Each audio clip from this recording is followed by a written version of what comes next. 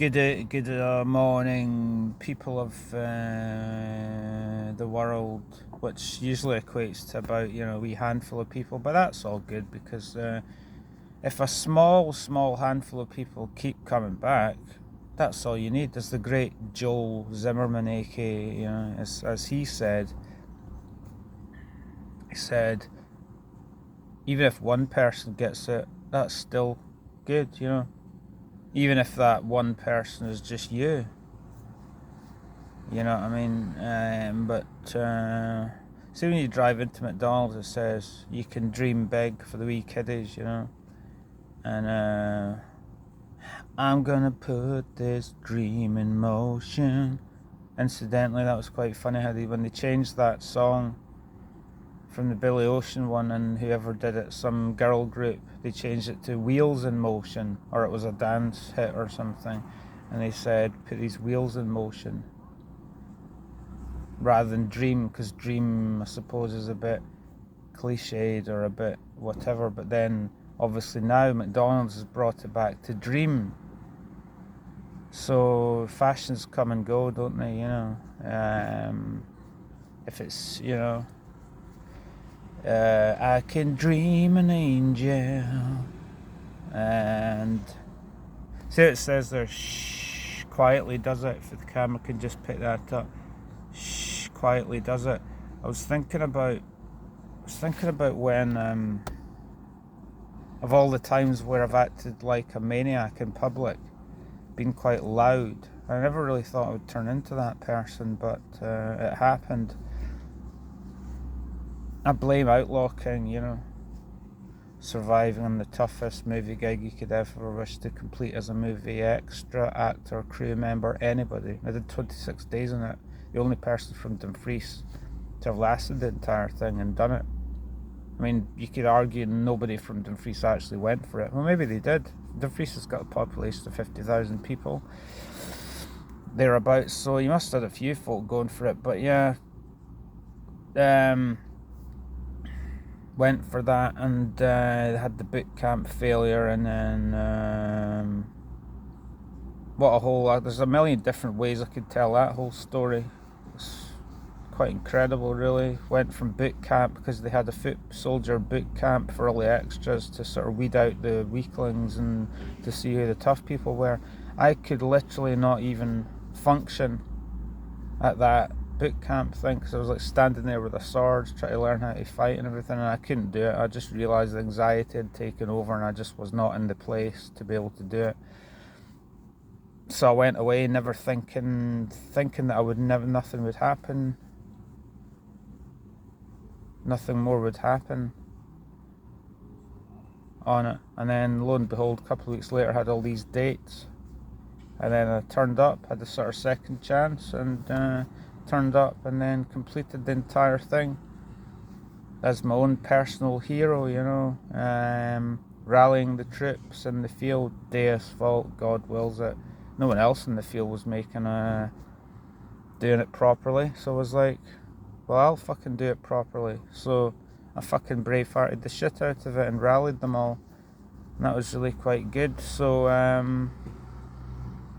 the director was like about 100 meters away. I was doing it for him, like Sieg Heil, imagine that you're at an SS rally and I'm doing it for him. Fuck what's going on around me. I'll do what's required, because that's what you're supposed to do. If you're getting paid that crazy and shout and everything, well, do it fucking properly. And I did it. I wish you could actually see that back, because that was really quite cool. I was sort of nervous leading up to the take, and where they wanted us to intimidate the opposition. We were the English soldiers at that point. We played English and Scottish soldiers, and I sort of thought, because it's full method, or concentration, focus, whatever, performer, you kind of think to yourself, right, you're being asked to do certain things, then they're saying, right, give it your full psycho face and everything. I'm like, oh, that's all the permission I need. It's a crazy world, the film world, where they want you to act crazy. Real life doesn't really reward you for that, does it? But we'll get on to that. And then, so I just screamed my head off and did it with a full passion, because, living the dream on Braveheart too, as it was dubbed at the time, so it's like give your best effort, which I did. And before the take, it was like, right, you're a drummer, Dave. You're basically doing a drum solo here, you know. So I did it properly, and then it was no coincidence that they asked me back to do some other stuff, you know, serving the main actors, serving the main scenes, the big scenes, doing the shit. And then, like I was saying before, you come off that film and you go, that's kind of affected me. And then the kind of loud performing maniac that that film sort of brought out in me ended up coming out into real life. It spilled into real life, you know, like in the car park at Tesco. I was doing, you know, Love of Self, I Possess Moonlight to Death, you get on the left field rap. And then these little Neds didn't like it, and one of them I just did it aggressively at them as a kind of, you know, like the kind of, you know, rap duel or whatever, even though the other people weren't giving me a response to what I was doing. It wound them up. They didn't like it. And then one of them got a bit aggressive with me, and then the police, incidentally, it's a hilarious story, the police, incidentally, who I had kind of got on side in Tesco at the self-checkout, unwittingly, because I wasn't trying to get them on side, but by sort of doing my kind of thing at the checkout, I just couldn't help it. It was just like, sort of whatever I did, I was doing this week, and I'm drawing attention to myself at this self-checkout, and then one of the police guys goes, "Are you okay?" And I was like, "Yeah, I'm cool." And I got chatting to this police officer, really nice guy. So in the car park, this police guy saw this little Ned and tried to come up to me. He didn't like my rap that I'd just done that the policeman hadn't seen me do, so he didn't know the context, but he ended up arresting this young Ned. So it's quite cool. I used the force, didn't I, to get the wee Ned arrested. So then, of course, there's nights out where it just the kind of crazy kind of Southern American preacher comes out occasionally, pretending to be Jesus or pretending to just going Max Cady from Cape Fear, Braveheart speech, Braveheart speech. I've done that, and folk have seen it. Folk have seen the entire thing, delivered it with a full passion.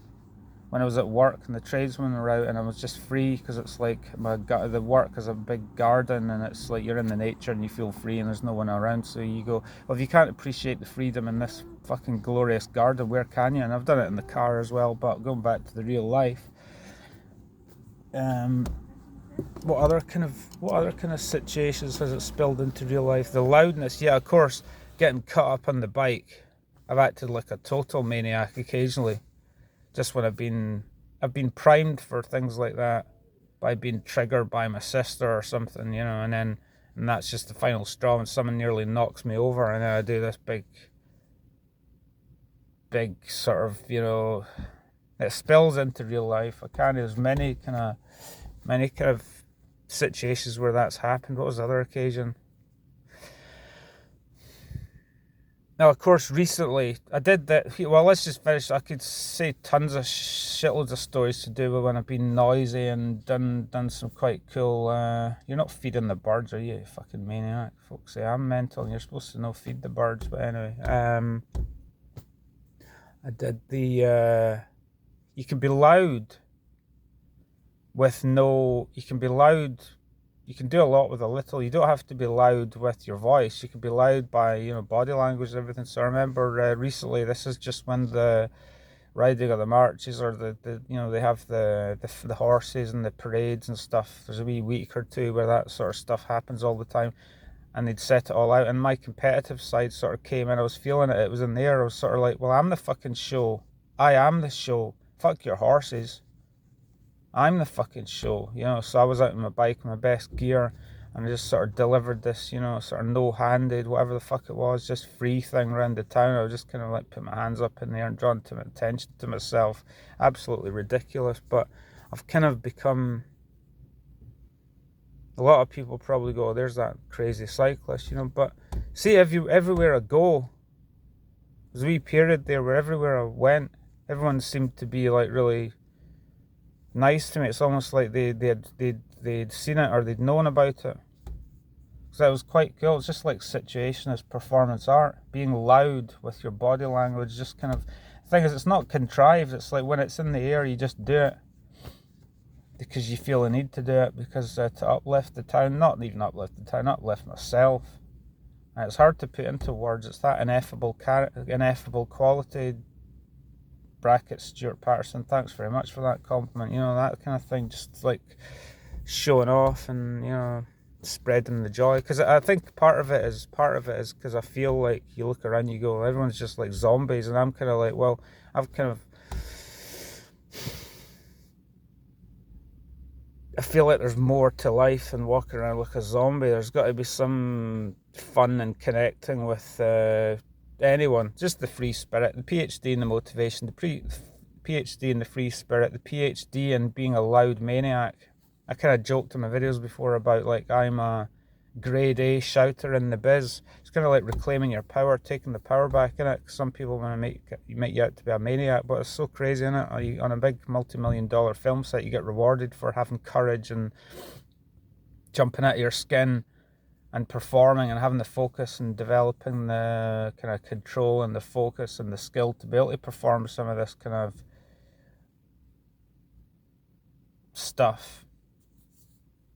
And then in real life, it does spill out, and making a racket, making a noise, making an exhibition of yourself, and you see sometimes you kind of go, oh, when you get to this level, nobody can touch you, even the police.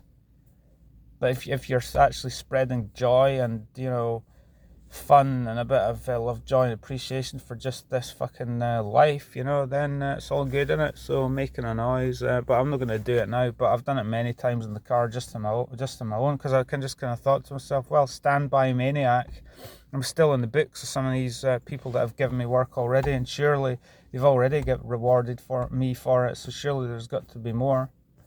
And even if there isn't, it doesn't really matter. As long as you're happy in this life, it doesn't really matter. But you never know, there might be more situations to kind of bring out the performing stuff, because what's the point in developing these skills if you're not trying to push it on? So there you go, making a noise. But see, when you do sort of do all the old noisy, loud performing stuff, it sort of purges that, and then you sort of chill more a little bit, and you go, yeah, there's different ways to do that without shouting your head off. Because insert art teacher from 6 feet under, do you know the difference between anger and passion? A lot of folk don't understand that, but some folk do. You know, where the grunt comes out, it's passion, it's for trying to kind of go, you know, it's no different to any fucking person doing it in a song, isn't it? Trying to get out their spirit. Anyway, making a racket. I'll not be making a racket today. You can hear me. I'm just quite chilled today. I think that's the way I need to be moving forward for a little bit. Well, we can make a racket on the bike. I did that the other day. My legs felt the racket because I pounded them into absolute submission. The pain. So that's making a racket in a sense, isn't it? Without using your well, my legs were screaming at me, weren't they? They were screaming, stop, Dave. And then I've paid for it now with I'm paying for it now with the pain I'm in, but I'm recovered a bit better today than I was yesterday. But anyway, in terms of the shouting, I might do a whole shouting, screaming highlights video, but I don't know if I've got the energy for it, because it takes a lot of energy doing this stuff. A lot of people might not appreciate that. It does actually take mental, physical, spiritual, emotional energy doing this. So we continue, don't we? Anyway.